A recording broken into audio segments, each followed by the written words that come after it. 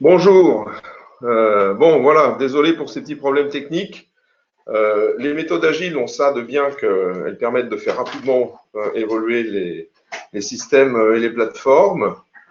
Mais les méthodes agiles ont aussi ça d'un petit peu ennuyeux, c'est que les développeurs se permettent de changer tout et n'importe quoi, un peu n'importe comment. Il y a des nouvelles versions qui apparaissent. Ce qui fait que d'une semaine à l'autre, on se trouve confronté à des problèmes qu'on n'avait pas l'habitude de rencontrer. Bon, peu importe, merci d'être là. Je suis ravi de vous accueillir sur cette plateforme. Je donne tout de suite la parole à Isabelle qui va animer ce webinaire. Merci Vincent. Donc, effectivement, ce matin, nous allons parler de qualité de vie au travail et plus précisément de montrer en quoi le rôle des managers est essentiel dans cette notion de qualité de vie au travail. Vous pouvez à tout moment intervenir en posant des questions par le biais du chat qui est à votre disposition et nous répondrons à ces questions soit au fil de la présentation, soit tout à la fin. Vincent, je te laisse présenter. Deux mots sur notre cabinet, ACDE Conseil. Donc aujourd'hui, c'est une équipe d'une quinzaine de consultants, d'une soixantaine de clients avec à peu près 200 projets à mener depuis 15 ans, un peu plus même que nous existons. Alors, si vous voulez en savoir plus sur nos activités, vous pouvez consulter notre site web acde-conseil.com. Bon, notre métier, en deux mots, c'est de contribuer aux transformations des entreprises et on se donne comme mission de faire réussir les projets de nos clients et d'en pérenniser les acquis. Alors, grâce à un triptyque, d'une part, des méthodes de management ou de management de projet efficace, reconnu, des solutions numériques performantes et des pratiques de management dit équitable, savoir qui traitent à parité la performance et le facteur humain. On intervient ainsi en assistance projet, en diagnostic, en conduite du changement, en conseil ou en formation et en accompagnement, en management de proximité et en gestion de projet. Alors, on a ainsi formé de l'ordre de 2000 managers en 15 ans et depuis 2 ans maintenant, on est référencé Datadoc, ce qui signifie que nos formations satisfont aux 21 critères issus de la réforme de la formation professionnelle de 2014. Alors, la QVT, Isabelle. Oui, alors, la QVT, qualité de vie au travail. Eh bien, quand on se penche sur cette notion, on s'aperçoit que c'est à la fois une notion floue et aussi complexe, derrière laquelle on met beaucoup de choses et surtout pas toujours les bonnes. Elle est parfois confondue avec des notions de bien-être au travail, notion encore plus floue, dans laquelle on va retrouver le célèbre baby-foot, alors qu'en fait, la qualité de vie au travail est une notion qui entre dans un cadre tout à fait légal et qui concerne essentiellement les thématiques de management, comme nous allons le voir. Le point de départ structurant de ce cadre légal, justement, est l'obligation générale de prévention des risques. En effet, un employeur doit prendre les mesures nécessaires pour assurer la sécurité et protéger la santé physique et mentale de ses salariés. Depuis l'ANI, ou Accord national interprofessionnel du 19 juin 2013, intitulé « Vers une politique d'amélioration de la qualité de vie au travail et de l'égalité professionnelle », ces deux notions vont bien souvent ensemble, les entreprises sont incitées à expérimenter de nouvelles manières de concilier performance et mise en œuvre d'organisation du travail favorisant les conditions de travail et la vie des salariés. Cet accord portait notamment sur les conditions de travail matérielles et organisationnelles, d'équilibre vie professionnelle et personnelle, d'égalité de traitement entre les hommes et les femmes. Il était conclu pour une durée de 3 ans. Il n'imposait pas d'obligations supplémentaires pour les entreprises, mais favorisait l'élaboration d'une démarche dans le cadre du dialogue social. Cet accord a été prolongé par la loi Rebsamen du 17 août 2015 relative au dialogue social et à l'emploi. On trouve par ailleurs également la notion de qualité de vie au travail dans le plan de santé au travail 2016-2020 intitulé PSD3, qui propose donc un axe stratégique autour de la qualité de vie au travail et qui accorde la priorité à la prévention des risques plutôt qu'à leur traitement. Alors, la qualité de vie au travail, pour faire simple, résumer tout ce que je viens de dire de manière un petit peu plus compréhensible, S'il existe au moins une section syndicale, c'est-à-dire une organisation syndicale en fait dans l'entreprise, alors l'employeur a obligation d'engager une négociation collective portant sur plusieurs thèmes, dont celui de l'égalité professionnelle entre les femmes et les hommes et la qualité de vie au travail. En dehors de ce cadre légal, bien sûr, toute entreprise peut engager une démarche portant sur la qualité de vie au travail, notamment en cas de transformation, qu'elle soit organisationnelle, technique ou numérique, par exemple, ou en cas de dysfonctionnement avéré et tout particulièrement en cas de risques psychosociaux. Tout simplement, une entreprise peut aussi avoir le souhait d'améliorer la qualité de vie au travail de ses salariés, partant du principe qu'un salarié qui se sent bien dans son entreprise donnera le meilleur de lui-même et restera plus favorablement dans l'entreprise. Et on sait que c'est une préoccupation majeure aujourd'hui des entreprises, notamment quand on se penche sur le sujet de la marque employeur. Ensuite, qu'est-ce qu'il y a finalement derrière cette notion de qualité de vie au travail? Là aussi, quand on se penche sur le sujet, on trouve beaucoup de choses. J'avoue que j'ai apprécié la segmentation proposée par l'ANACT, Agence nationale pour l'amélioration des conditions de travail, qui a le mérite de clarifier cette approche et qui propose une segmentation de ces thématiques en 3 types d'enjeux: les enjeux sociétaux, les enjeux de marché et les enjeux de travail. Chaque entreprise devant définir collectivement les enjeux prioritaires qui lui correspondent, bien sûr. Il ne s'agit pas de tout traiter, mais de traiter ce qui fait sens pour l'entreprise. Alors, les enjeux sociétaux, ils portent sur les types de population et l'accès au travail et vont adresser des sujets comme l'aménagement du temps de travail, le télétravail, l'égalité de traitement entre les hommes et les femmes notamment. Les enjeux de marché, eux, vont pousser l'entreprise à innover, à se transformer et vont donc impacter les notions d'évolution du poste de travail, de conduite des changements, qu'ils soient techniques, organisationnels ou numériques, changements opérés par l'entreprise pour en faciliter l'appropriation par les salariés. Et enfin, les enjeux du travail concernent des questions d'autonomie, de sens, d'implication, de droit à l'erreur, et, vous l'aurez reconnu, renvoie donc directement au management et à la qualité de ses pratiques. On voit donc clairement apparaître le rôle essentiel du manager au niveau de ces 3 enjeux, directement bien sûr dans les enjeux liés au travail, pour apporter autonomie, sens notamment, mais également pour conduire les changements liés aux transformations de l'entreprise. On sait combien le rôle du manager est essentiel dans la conduite du changement pour en assurer la performance et la pérennité. Et également pour veiller aux enjeux sociétaux, notamment en ce qui concerne l'égalité professionnelle entre les femmes et les hommes, c'est tout à fait du ressort du manager de veiller à cette égalité au sein de son équipe.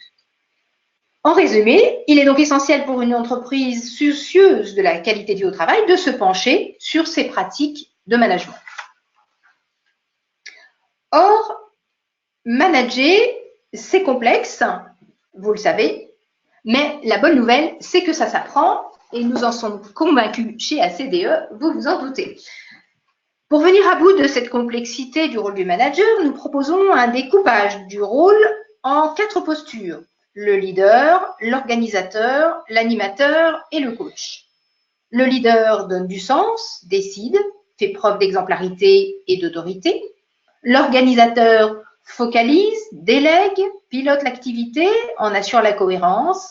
L'animateur écoute, transmet, anime la dynamique collective. Et le coach prodigue attention, reconnaissance, pilote la montée en compétence de ses collaborateurs, notamment. Alors, on disait manager, ça s'apprend, effectivement. Ça peut se définir en creux, finalement. Hein, et cette notion de QVT, on va la retrouver dans plusieurs points.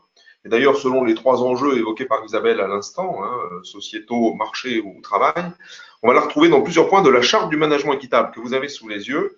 Hein, ça, c'est une charte qui a été écrite par des DRH et des dirigeants d'entreprises de toute taille il y a une dizaine d'années, afin de répondre à une question toute simple. Bien manager, qu'est-ce que c'est, qu'est-ce que ça recouvre, hein. Donc, on a produit ça pour finalement aider les entreprises à y voir plus clair et aider les managers à progresser dans leur pratique de management.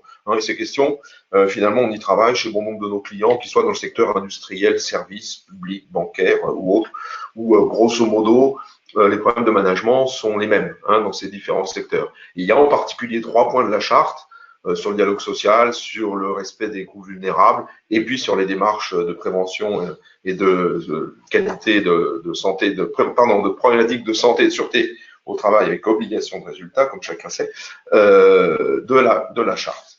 Et finalement, c'est à ça qu'on a l'intention de servir chez ACDE, c'est faire en sorte que les gens aillent mieux dans leur travail, entre autres parce que le management est à la hauteur, sur les aspects légaux, comme on l'a vu la dernière fois, ou sur des aspects liés à la relation humaine, à la qualité de vie au travail, et c'est équilibré, exigence, assistance, autorité et bienveillance, et c'est accompagner les gens. Et donc, comme on disait, pour progresser en management, il n'y a pas de secret, et il faut se former. Alors, c'est pour ça qu'on présente un certain nombre, on propose un certain nombre de formations au management de projet, au management d'équipe, prévention du stress, aux démarches RSE, et puis toute la palette d'outils et de méthodes de management de projet. On a une quinzaine d'années de recul, d'expérience là-dedans, et les évolutions à la fois de la législation, des budgets, de la technologie étant ce qu'elles sont. Après mûre réflexion, on a réussi à combiner le meilleur du monde numérique et du présentiel pour proposer des formations hybrides, qui ont l'avantage de faire gagner un peu de temps. Bref, si vous voulez vous former chez nous, vous avez le choix entre formation en présentiel ou bien formation hybride, web plus présentiel. Alors là, on va zoomer un tout petit peu sur le module de formation, les modules de formation au management. Oui, tout à fait. Donc, ces formations en management que l'on propose s'articulent autour de 8 parcours. Le premier parcours s'intitule « Adopter une posture de manager ». Dans ce parcours, on voit ce qui caractérise la posture de manager, quel est le rôle du manager contemporain, sur quoi se fonde le leadership. On y parle aussi de performance, de motivation et aussi d'intelligence émotionnelle du manager. Parce qu'on s'aperçoit qu'aujourd'hui, manager, c'est aussi instaurer un climat émotionnellement favorable dans son équipe. Dans le parcours 2, on parle de comment susciter l'engagement collectif. Une des questions les plus fréquentes posées est, en période de changement, comment entraîner les collaborateurs avec nous, comment les faire bouger. Vous vous souvenez justement, la partie conduite du changement apparaît bien dans la qualité de vie au travail.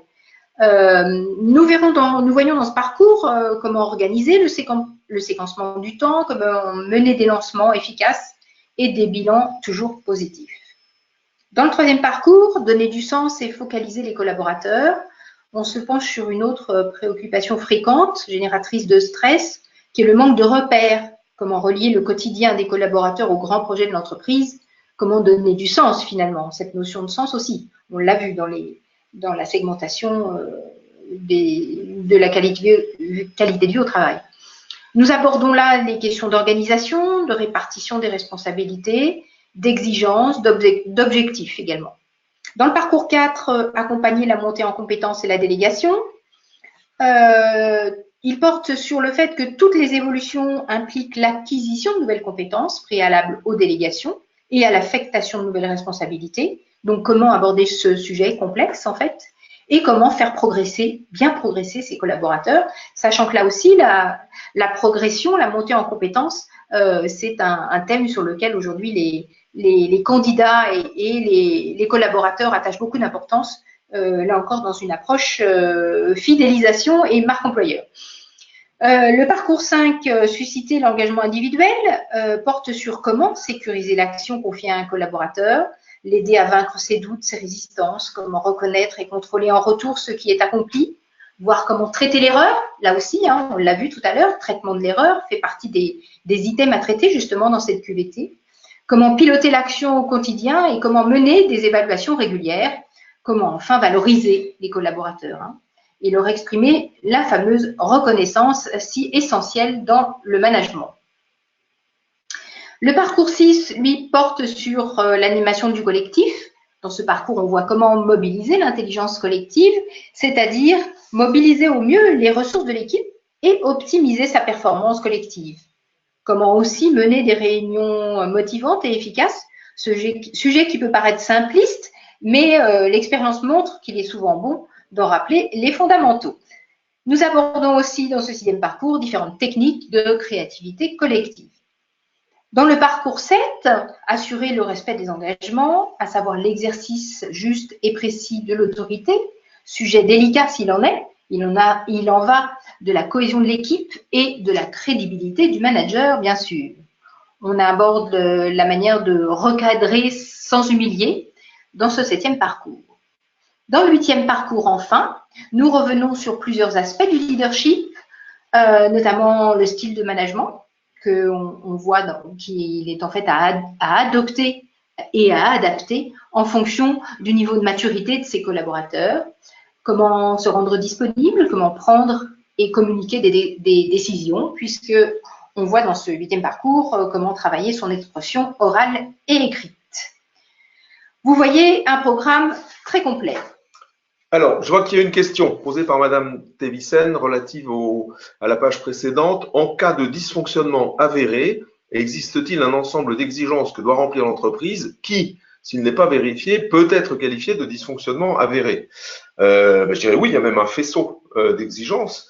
En premier, il y a la loi, il y a le code du travail, et même d'ailleurs le code civil, pour certains aspects liés au harcèlement. Il y a ensuite la convention collective, bien sûr, il y a le règlement intérieur, et il y a les différentes chartes de management. Les accords aussi. Et les accords collectifs, bien sûr, et les différentes chartes de bonne conduite, de bienveillance, d'éthique, de management, qui peuvent exister dans l'entreprise. Donc, ce sont autant de cadres de référence en regard desquels on peut pointer un dysfonctionnement. Une autre façon de qualifier ces dysfonctionnements, c'est aussi de faire référence au site qui s'appelle Souffrance et Travail, dont on a parlé lors du webinaire RPS, donc le site de Marie Peset, qui répertorie les techniques de management pathogènes. Donc tout ce qu'il ne faut pas faire pour s'exposer justement à créer du risque psychosocial et du stress. Voilà, merci madame pour la question. Donc, comme le disait Vincent tout à l'heure, ces formations, en fait, ces accompagnements de managers peuvent être réalisés soit en présentiel, soit en blended learning, c'est-à-dire en mixte, présentiel et à distance par e-learning. Sachant que cette formule mixte permet de réduire de 25% à la fois le temps passé et les coûts directs. Globalement, que ce soit du présentiel ou du mixte, l'intérêt aussi de ces formations, qui sont uniquement des formations en intra, c'est de constituer une communauté de managers qui vont pouvoir échanger justement sur ce sujet de management. Et en fait, ça aussi, on se rend compte que c'est rarement le cas dans l'entreprise. Les managers ont rarement l'occasion de se rencontrer, de se réunir pour parler de ce sujet et donc d'échanger les bonnes pratiques et aussi les difficultés qu'ils rencontrent et comme ça se rendre compte que finalement, ils ne sont pas seuls à éprouver toutes ces difficultés. Pour vous aider justement à clarifier votre situation, nous proposons à 3 entreprises qui nous ont fait le plaisir de participer à notre webinaire de ce matin, nous proposons un diagnostic management gratuit offert, donc un diagnostic de 2 heures, pour vous permettre donc de faire un état des lieux de vos pratiques de management, en fonction de tous les critères qu'on a évoqués précédemment. Si vous êtes intéressé, n'hésitez pas donc à nous envoyer un petit mail à l'adresse contact@acde-conseil.com. Donc, c'est les 3 premiers mails reçus qui gagnent, c'est ça? C'est ça, voilà. C'est ça. Donc, il faut faire vite, il faut faire vite. Clavier. Vincent, je te laisse poursuivre par le programme des prochains webinaires. Voilà, les prochains webinaires. Alors, la semaine prochaine est la suivante, qui correspond aux vacances en région parisienne. Donc, on s'est dit que les uns les autres prendraient peut-être une semaine de vacances. C'est pour ça qu'on double le prochain webinaire. On parlera management par projet. Entre autres, pourquoi management par projet? Pour maximiser à la fois la motivation des individus et le ROI. Ensuite, le 14 mars, on parlera management à distance. Le 21 mars, courtoisie, bienveillance. Le 28 mars, on reviendra sur la notion de marque employeur évoquée par Isabelle à l'instant. Et le 4 avril, là, on va répondre à une question difficile, qui est comment faire pour avoir du temps pour manager. Il y a beaucoup de managers qui se plaignent de ne pas avoir le temps de manager. On lance d'ailleurs, c'est parti depuis 10 heures ce matin, une enquête, à laquelle on vous invite tous à répondre. Alors, elle est visible Sur les réseaux sociaux, pour l'instant, puis ce sera inclus dans nos communications à partir de la fin de la semaine, mais sur le groupe LinkedIn Management Équitable, hein, vous allez retrouver tout ça. Voilà, qu'est-ce qui fait que certains managers n'ont pas le temps de manager? On va essayer de répondre à cette question difficile, ma foi. Très bien, mais merci Vincent, merci à vous d'avoir participé, d'avoir écouté cette présentation. Je remercie aussi tout particulièrement notre partenaire conseil RH Laure Denef du cabinet DNF Conseil, qui nous a beaucoup aidé sur l'aspect légal en fait de cette QVT. Vous avez vu combien ce cadre légal était important. Donc nous sommes à votre disposition pour poursuivre les échanges. Que ce soit sur les sujets de management ou de QVT. Pour plus d'informations sur nos formations en ligne, vous avez le lien qui est indiqué sur ce slide acde.360learning.com/channel pour accéder à l'ensemble de nos parcours et notamment à des modules de démonstration. Voilà, merci beaucoup. Est-ce qu'il y a des questions? Alors, oui, il y a 2 questions qui arrivent. Première question, les parcours de formation sont-ils obligatoirement dans la séquence mentionnée là? Oui et non, c'est-à-dire vaut mieux commencer par le premier et finir par le dernier. En revanche, au milieu, on peut mixer un peu selon les enjeux, la culture, les nécessités du moment. Hein, on a une compétence d'ingénierie, bien sûr, en formation, on peut même rajouter des modules spécifiques à votre environnement. Deuxième question, la durée, le diagnostic, ça dure combien de temps? Il faut compter 2 heures. C'est un diagnostic qui est bâti autour d'une 60aine de questions, sans recherche de preuves, c'est pas un audit, sans non plus avoir la prétention d'évaluer les pratiques de management. C'est vraiment un diagnostic. Ça dure 2 heures en face à face avec un directeur général, un DRH. Éventuellement, ça peut être prolongé par des entretiens avec des managers qui vont permettre de nuancer ou de compléter les réponses. Voilà, mais écoutez, s'il n'y a plus de questions, il me reste à vous remercier pour votre participation. Vous allez recevoir tout à l'heure un mail avec le lien vers le replay. Et comme le disait Isabelle, on est à votre disposition pour prolonger les échanges à l'ancienne, par téléphone ou en se rencontrant, ou bien via les réseaux sociaux et les groupes LinkedIn, entre autres. Voilà, merci encore et à bientôt. Au revoir. Au revoir.